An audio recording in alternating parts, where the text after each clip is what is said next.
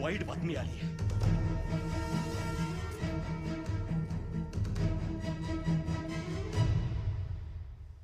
बहादूर खानानं पेडगाव जवळ वारकऱ्यांच्या एका दिंडीवर हल्ला केला.